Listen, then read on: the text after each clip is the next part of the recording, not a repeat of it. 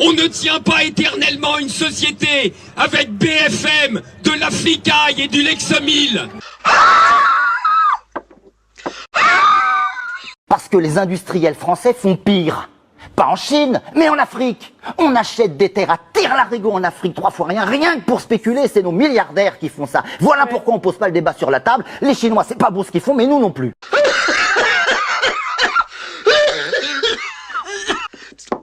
Bien fouetté.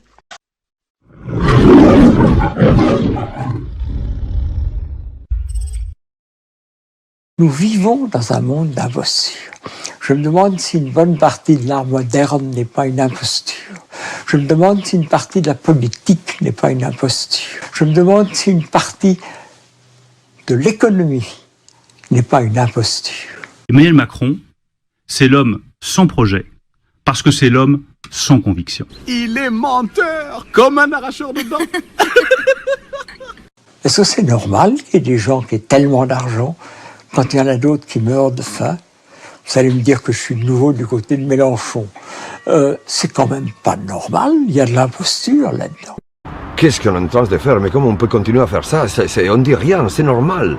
On devient fou, on devient fou, on devient fou. Comment il peut expliquer ça à mes enfants? File dans ta chambre, c'est notre phrase du jour, une phrase que nous sommes nombreux à avoir entendue et même peut-être avoir déjà lancée à nos enfants. Sauf que le Conseil de l'Europe ne veut plus l'entendre et ne veut plus recommander cette sanction pour plusieurs associations. En effet, elle constituerait une violence éducative ordinaire. Vous ne croyez pas qu'on a assez de problèmes en Europe et il y a une bande d'abrutis qui a passé son temps à réfléchir, à nous dire qu'on ne pouvait plus envoyer un gamin dans sa chambre? D'abord, je pense que c'est des inconscients. Quand t'as un parent excédé, vaut mieux que le gamin est dans sa chambre, qui reste à portée de torgnole pour certains. Donc des fois, c'est la bonne solution pour dire, allez, on calme le jeu, tu vas dans ta chambre. Oh merde, deuxième fois, putain. Quoi donc? À Monaco qui a battu l'OM. Ah non, on s'en fout. File dans ta chambre. Samuel, qu'est-ce que j'ai fait? File dans ta chambre. Mais non, c'est trop loin. Qu'est-ce qui se passe encore? Quand est-ce qu'on vous a dit ça la dernière fois, file dans ta chambre? Vous vous souvenez ou pas? C'était il y a pas si longtemps parce que hier j'ai travaillé tard et mon épouse m'a dit file dans ta chambre. File dans ta chambre. Moi, mes enfants, ils me le disent aussi souvent. Papa, file dans ta chambre. Et Houston, on a un problème. Nous devenons de plus en plus stupides. Ça se passe en ce moment. Ça ne va pas s'arrêter. Et on a intérêt à réfléchir à ce que nous allons faire avec ça. Combien de lettres se compose l'alphabet? Vous avez juste à les compter. K-L-M-N-O-P-Q-U-Q. 39. Il y a quelque chose que je trouve très impudique là-dedans. Pour moi, c'est de la mauvaise télévision. C'est-à-dire, c'est une télévision qui divertit au sens littéral du terme, c'est-à-dire que ça fait penser à autre chose, mais qui n'apprend rien. C'est-à-dire qui utilise la matière humaine de la pire manière possible. Arrêtez de foutre de la merde dans la tête des gens. Dans ces quartiers, on ne combat pas des voyous, on combat des peuples dont les voyous sont les bras armés. C'est pas juste ça. Je sais pas qu'est-ce qu'il les vaut. Vraiment, il faut suspendre maintenant te laver. Il faut arrêter maintenant te laver. Jean, vous êtes pénible. Franchement, vraiment, vous êtes pénible. Je peux pas vous dire autre chose, vous êtes pénible. Donc, à un moment, il va se poser, vous allez plus venir dans l'émission. Et on ne peut pas mentir éternellement au peuple. Mais si on peut très bien. Moi, à mon usine, je lui mente toute la journée au peuple. Mais il aime qu'on lui mente, le peuple. J'en ai marre effectivement de voir des gens qui font la manche, j'en ai marre de voir pendant que d'autres sont en train de se goberger dans des restaurants à 500 € l'entrée. J'en ai marre de ça, c'est pour ça que je me donne tout ce temps. Je donne tout ce temps à nuit debout parce que je veux effectivement que ce putain de monde y change. Il y en a ras-le-bol. Il y en a ras-le-bol qu'il y ait des gens à la rue, il y en a ras-le-bol qu'il y ait des gens qui soient dans la dèche. Je ne veux plus, d'ici la fin de l'année, avoir des femmes et des hommes dans les rues, dans les bois ou perdus. Au bout de 27 ans, je touche que 1170 € par mois. Je trouve que j'ai un salaire de misère. On va travailler et on va devenir pauvre en travaillant. Et eux, les actionnaires s'en mettent plein les poches, toujours plein les poches et toujours plein les poches. Il ne faut pas raconter non plus des carabistouilles à nos concitoyens. Hein. Là, vous nous avez vraiment pompé. Hein. Non, c'est pas vrai. Mais je vais vous expliquer. On va les retraités, dites donc. Si vous êtes retraité, que vous fumez, que vous roulez au diesel et qu'en plus vous ne bénéficiez pas de la baisse de la taxe d'habitation, vous prenez cher. Je suis gauche, moi. Je suis gauche, je suis pas droite, moi. On vote la gauche Mais c'est encore pire. Non mais qu'est-ce que c'est que ce bordel-là? Les riches, ils n'ont pas besoin d'un président. Ils se débrouillent très bien tout seuls. L'année dernière, 1% de la population mondiale la plus fortunée s'est partagé 82% de la richesse mondiale. Dans le même temps, selon un rapport de l'ONG Oxfam, 3,7 milliards de personnes, soit 50% de la population mondiale, n'ont pas touché le moindre bénéfice de cette croissance. Non mais qu'est-ce que c'est que ce bordel-là? Je pense que s'il est question de prendre en charge quelqu'un, c'est en arrêtant d'exploiter le tiers-monde. Voilà. C'est en établissant des rapports internationaux équitables. Si l'on veut partager le gâteau, la première condition est qu'il y ait un gâteau. Et ce sont les entreprises, rassemblant actionnaires, dirigeants et travailleurs, ce sont les producteurs qui font ce gâteau, et personne d'autre. Moi, comme je dis toujours, ce qu'il y a de bien dans le commerce, c'est qu'on est son patron. Si vous voulez vous arrêter 5 minutes pour casser une graine ou autre chose, quoi, vous pouvez.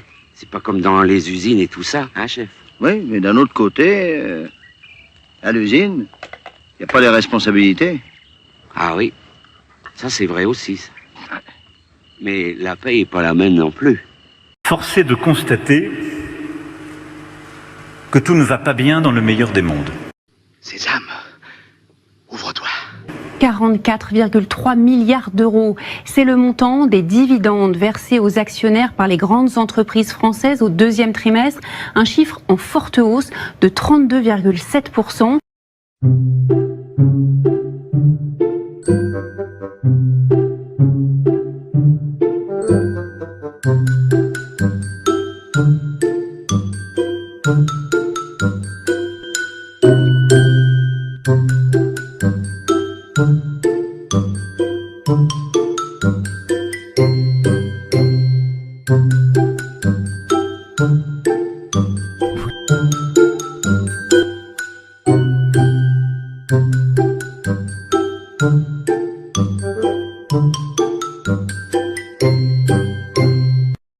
Alors il y a une théorie qui est celle du ruissellement, qui nous explique que finalement, plus on met d'argent au sommet de la pyramide sociale, plus tout le monde en profite parce que cet argent, finalement, il irrigue toutes les couches sociales de la société. Est-ce que vous y croyez? Comment? Ils ont rien dit? Non.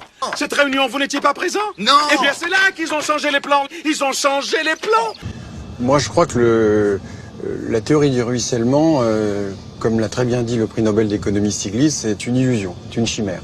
Je pense qu'au-delà d'un certain revenu, on thésaurise, on investit dans des produits financiers, mais on ne réinvestit pas suffisamment ou on ne reconsomme pas suffisamment pour que ça fasse tourner le moteur de la croissance qu'est la consommation et l'investissement. Cette campagne est pourrie. Pour une fois, pas parler politique parce qu'on savait qu'ils étaient d'une lâcheté crasse.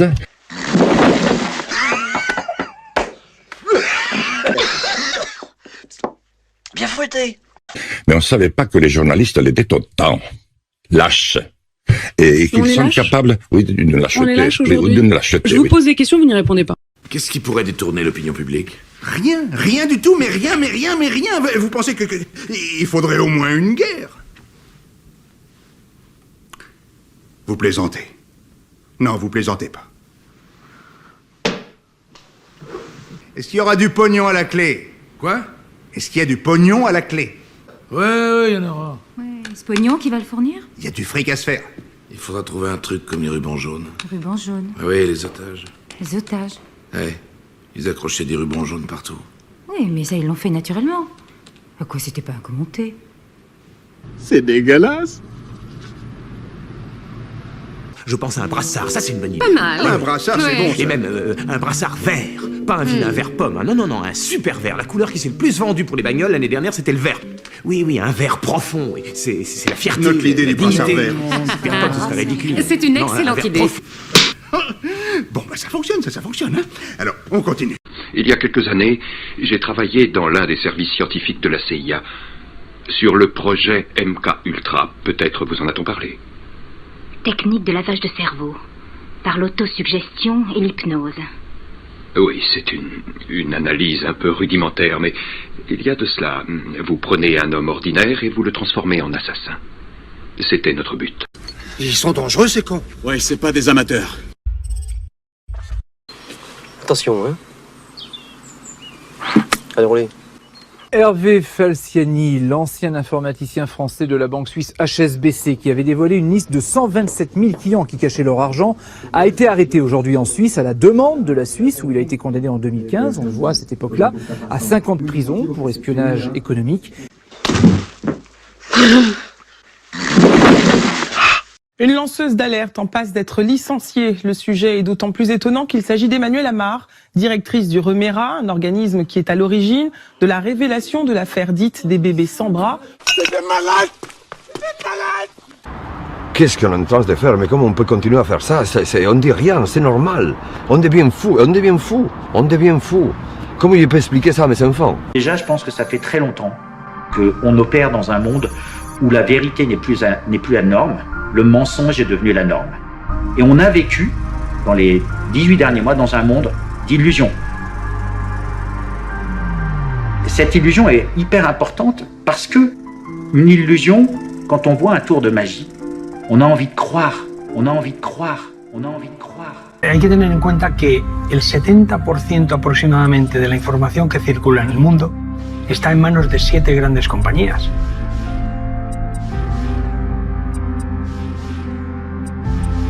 Tenemos que dar todavía un paso más atrás y es que un par, 3, 4 grandes fondos de inversión son los que controlan a todas esas 7 compañías. Es decir, que el control es todavía mucho más cercano al monopolio. Es lo que se llama una telaraña de intereses.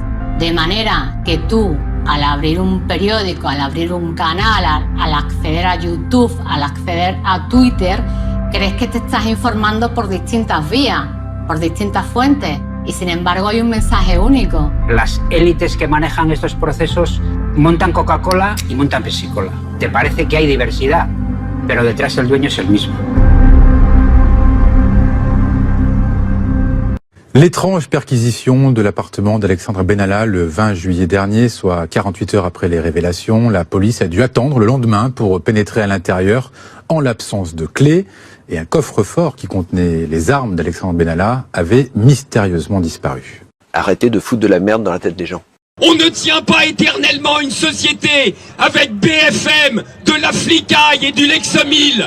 On va travailler et on va devenir pauvre en travaillant. On achète des terres à tire-larigot en Afrique 3 fois rien que pour spéculer, c'est nos milliardaires qui font ça. Voilà pourquoi on pose pas le débat sur la table. Les Chinois, c'est pas beau ce qu'ils font, mais nous non plus. Je pense qu'on est tout fait avec ça. Est-ce qu'il y aura du pognon à la clé? L'année dernière, 1% de la population mondiale la plus fortunée s'est partagé 82% de la richesse mondiale. Combien? 82% de la richesse mondiale. Les chiffres qui défilent donnent le vertige. Des millions puis le milliard, atteint en 2 minutes seulement. Des chiffres loin d'être virtuels, car ce sont bel et bien des dollars pour le géant chinois de vente en ligne, Alibaba. Alors attention, attention, je dis attention, attention. Il n'y aura pas de réunion. Allez hop, c'est fini. Partez. On verra les machins, j'en suis pas capable. Cet hiver, le chauffage est limité à 19 degrés dans tous les bâtiments publics de cette petite ville de 2300 habitants.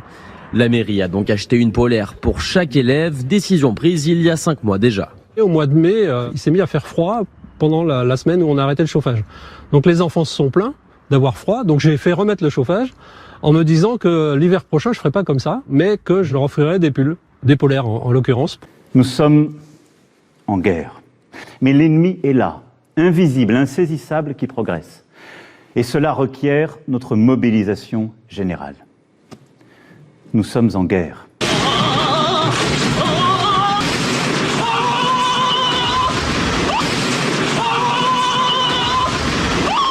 Oula. Oula, on est sur un dérapage complotiste, là. Non, non, pas du tout.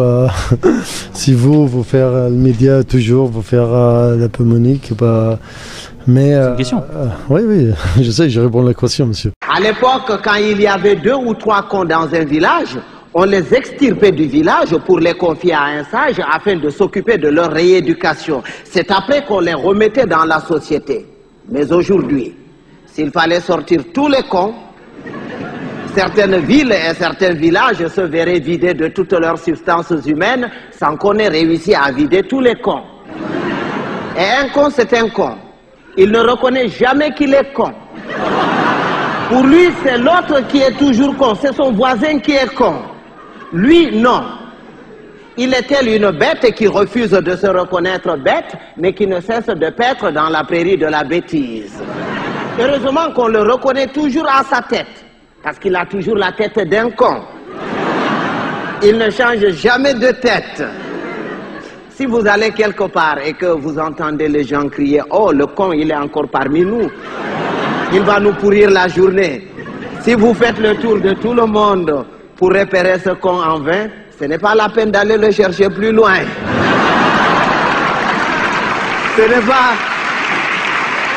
C'est pas qu'il y a plus de cons cette année que les années dernières, mais c'est parce que les cons de l'année prochaine sont déjà parmi nous.